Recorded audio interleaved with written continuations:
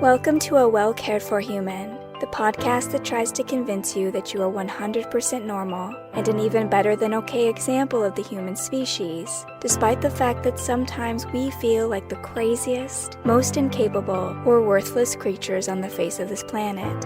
I'm Kory, an author, a creative, and the host of the show.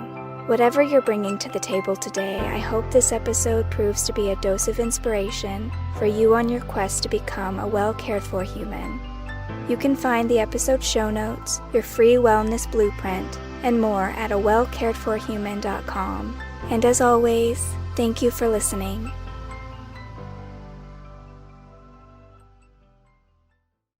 Hello humans, it's your host Kory, and today we're going to talk about anger.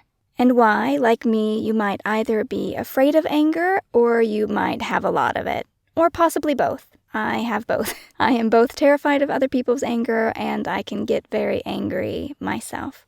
Now, before I start talking about anger, I want to preface this by saying that anger can be abusive. So I'm not talking about abusive anger. I'm talking about natural expressions of anger. So what makes anger abusive versus natural? Abusive anger is an anger that someone uses against you to punish you, to hurt you, to bring you down in some way. Anytime it's directed at you in a hurtful, vindictive way, that's abuse. Definitely if it comes to physical blows, clearly that's abuse, right? But we're also talking about psychological or mental abuse where things that are being said are very hurtful. Things are meant to tear you down or confuse you or cause you pain. That's also abusive. Anytime basically anger is used as a punishment in some form or another, whether that be physical, emotional, or psychological. Natural anger is something happens and you get mad. That is a natural reaction. Sometimes things just piss us off and there's no way to not experience that. There's a range, of course. There's a range of anger, maybe mild irritation all the way up through fury, ready to explode. But the difference between abusive and natural anger is that it's not directed at someone. It's not being wielded like a weapon to hurt somebody else. It's just something that you're feeling. And I want to include a note here, though, that you can be abusive towards yourself with your anger. So if you're holding it in the sense that you're torturing yourself with it, you're feeding it, you're building it up, you're probably destroying your cardiovascular health, that is also not healthy, right? That's not the best way to process and utilize your anger. So I wouldn't say that that's natural either. I would say that that borders on maladaptive coping strategies maybe, or it needs attention. If you're tearing yourself up with your anger, that needs some work. We're going to work on that. So what are my earliest memories of anger? And why do I have such a fear of it, of both my own and other people's? Well, I do remember anger in two different contexts growing up.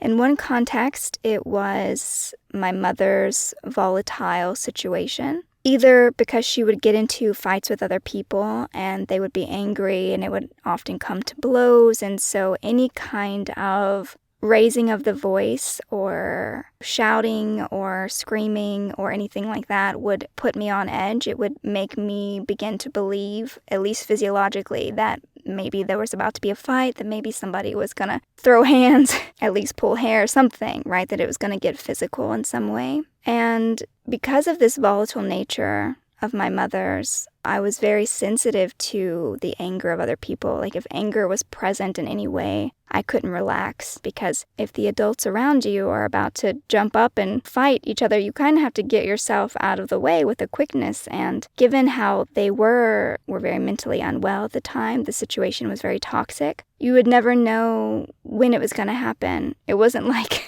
there was an appointment book. I plan to throw hands with you and pull your hair out at 8 p.m. on Tuesday. It wasn't like that. It would often be seconds between everyone is okay until everything was not okay. People were screaming or throwing things or having a fit. And so from that issue, I developed a sensitivity to raised voices, throwing things, if someone wanted to punch a wall, any kind of physical altercations of any kind, hints of that. Even mild irritation sometimes would put me on edge because I didn't know if it was going to develop into anything else. And so that was really problematic for me for a long time. And then from my father's side, he was a very angry person. He really struggled with his anger. And it was interesting because he would say things like, "Oh, you're too emotional," or "Don't have so many emotions." And I would always be thinking, isn't anger an emotion? And like, don't you have a lot of it? That's me trying to imitate 14-year-old Kory's voice. Isn't anger an emotion, and don't you have a lot of it? Yes. And so he was a very angry person, and his anger was abusive. He would use anger to punish you, either by giving me the silent treatment, by withholding his love, by criticizing me, by rejecting me in some way. It was very emotionally and psychologically abusive because it was absolutely directed at me, and it was meant as a way to hurt me, to make me feel bad, to control me, to manipulate my behaviors, to get some kind of response from me. And so his anger was very abusive. It was usually psychological mental abuse, but there was one time when he got so angry he did get the belt out and start beating me with it. He wasn't paying attention to what he was doing, and he used the metal end of the belt, so it was a pretty horrible experience. And I'm not going to make any excuses for him. I'm like, that's the only time he beat me.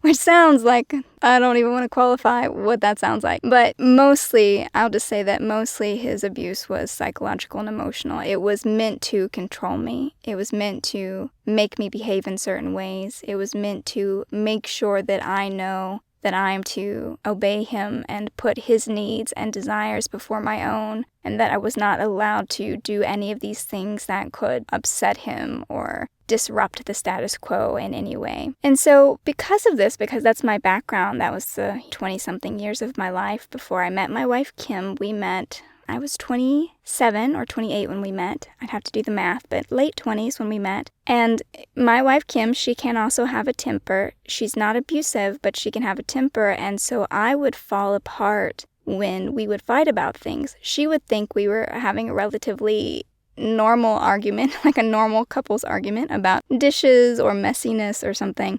But I would absolutely fall apart. Anytime she would raise her voice, I would physically feel like someone was striking me, or that the situation was scary, or that it was going to come to blows, or something was going to happen because of my past. My experience with anger was that if someone raises their voice, something terrible is about to happen. And even when she didn't raise her voice or verbalize her anger in any way, she would not talk to me. And this was her attempt to make sure that she did not direct her anger at me. And this is a natural reaction. If you are too mad to talk to somebody and you're like, I need a break, and you want to step back from that situation, that's good if you feel like it won't escalate the situation. But me, because of my experience with my father, my background with him, when she would not talk to me, I would just absolutely fall apart. It was so painful. I felt like she was saying she didn't love me. I felt like she was saying she didn't want to ever see my face again, that she didn't want to exist in the same space as me. All of those feelings that I had as a child over abandonment or rejection, they would come up when she would take a step back and try to process her own anger, because she understands that her emotions are her responsibility. And so she thinks the best thing for her to do is to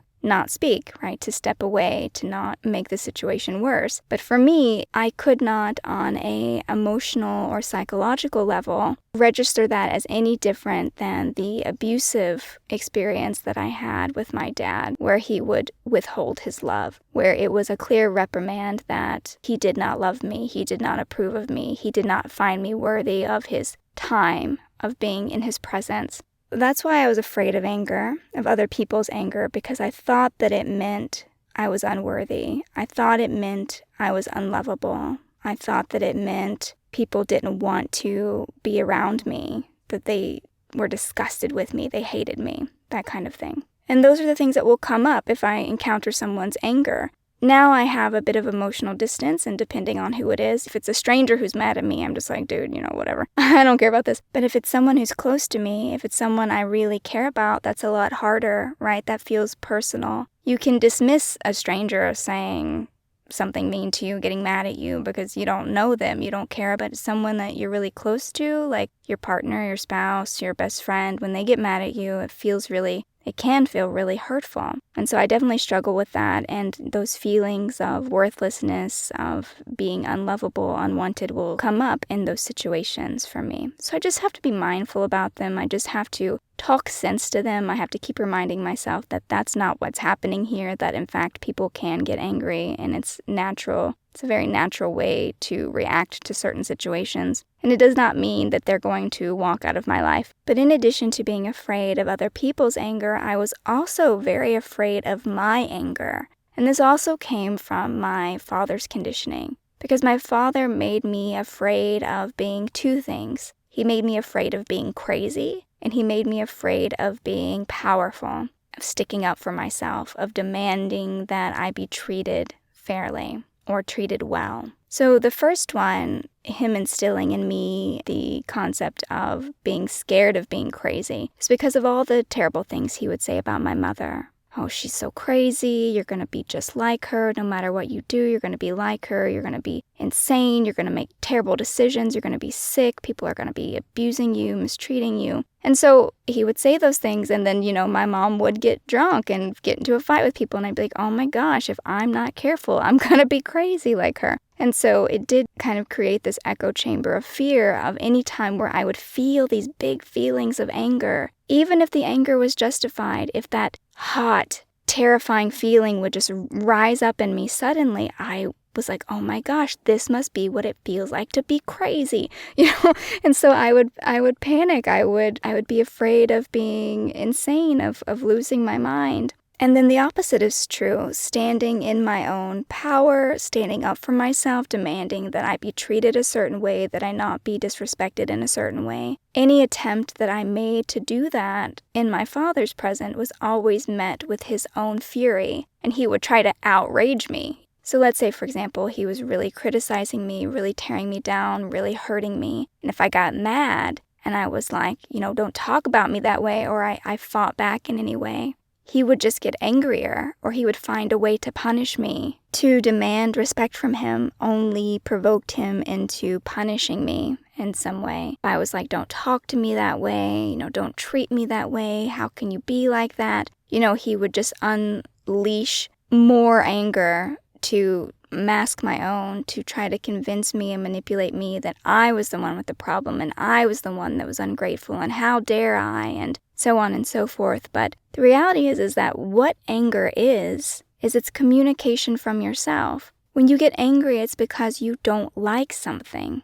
Maybe you don't like the way someone spoke to you, maybe you don't like what someone did, maybe you don't want to be treated that way. So anger is a communication about a lot of things, actually. Anger can communicate to you where you're stuck, where you're frustrated, what's not working in your life. Anger can communicate what your boundaries are. It can tell you how you want to be treated. Your anger can let you know what is and isn't acceptable from yourself and other people, from situations. So it's just communication. And if you just treat it as, oh wow, I'm getting really upset about this, what is that telling me? What wisdom can I find in my anger? What strength can I find in my anger? Because anger can also be really motivating, right? It can spur you into action. If you're really furious about something, you're also likely to get up and do something about it. So anger can be very motivating. It can also really offer you a lot of wisdom and clarity. So anger has its use. It has its purpose.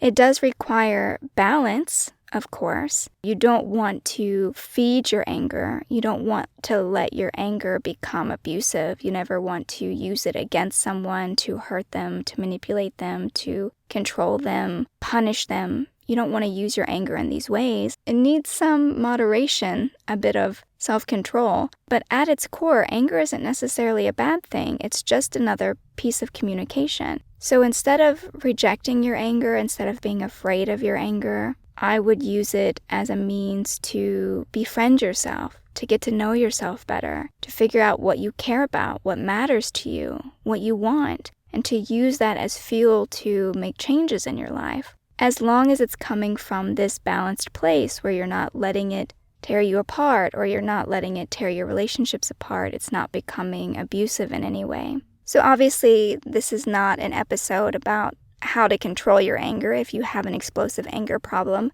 There are other tools for that. I would go back to the toolbox episodes that I included earlier in the show. The meditation, journaling, breathing, some of these things might be more useful to you if you're someone who struggles with an anger problem. I'm just more talking about, at least in this episode, how to work with anger, yourself or someone else's, in a healthy capacity, not in an excessive capacity. So if you're someone who struggles with anger, if you have a lot of it, if it makes you feel violent and out of control, you probably want to find more resources for that to help you process that. But some of the other advice still stand. What are you so angry about? There's probably a wound in there. There's probably some mistreatment or abuse or neglect, something that you're angry about that never got resolved. And there's a piece of you who's trying to tell you there's a problem, that this needs attention, that this needs to be fixed. There needs to be internal justice in some way addressed within you. So the part about anger being wisdom, that's true no matter how much anger you have.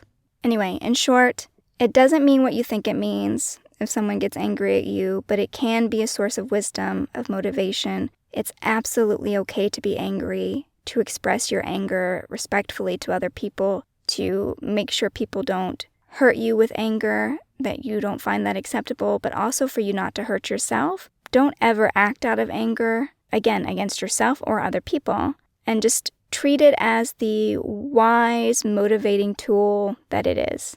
As long as you can bring some balance to it, as long as you can maintain a bit of self-discipline and control around your anger can be a wonderful friend, a very wise friend, a very motivating friend. And so there's no need to reject it or be afraid of it. And that's all I have for you today, this little intro to anger. I hope that you found it useful. Best of luck with your fury or your fear of anger. And I will be back next week with another episode of A Well Cared For Human. But until then, please take good care of you. This episode of A Well Cared For Human was written and produced by me, Kory Marie. The music was by Late Night Feeler and Esther Abrami. If you like what I'm doing here, please consider visiting my Patreon. For as little as $1 a month, you get early ad-free access to the episodes, as well as a monthly patrons-only Q&A, bonus videos, and more. Not to mention that your Patreon support lets me know that you find value in the show and want it to continue. You can find me on Patreon by visiting www.patreon.com/Kory Marie. If you can't support the show financially, that is okay. You can still subscribe to the show, leave a review of the show, and recommend the show to your friends, not just the neurotic ones. All of this helps so much. And as always, thank you for listening.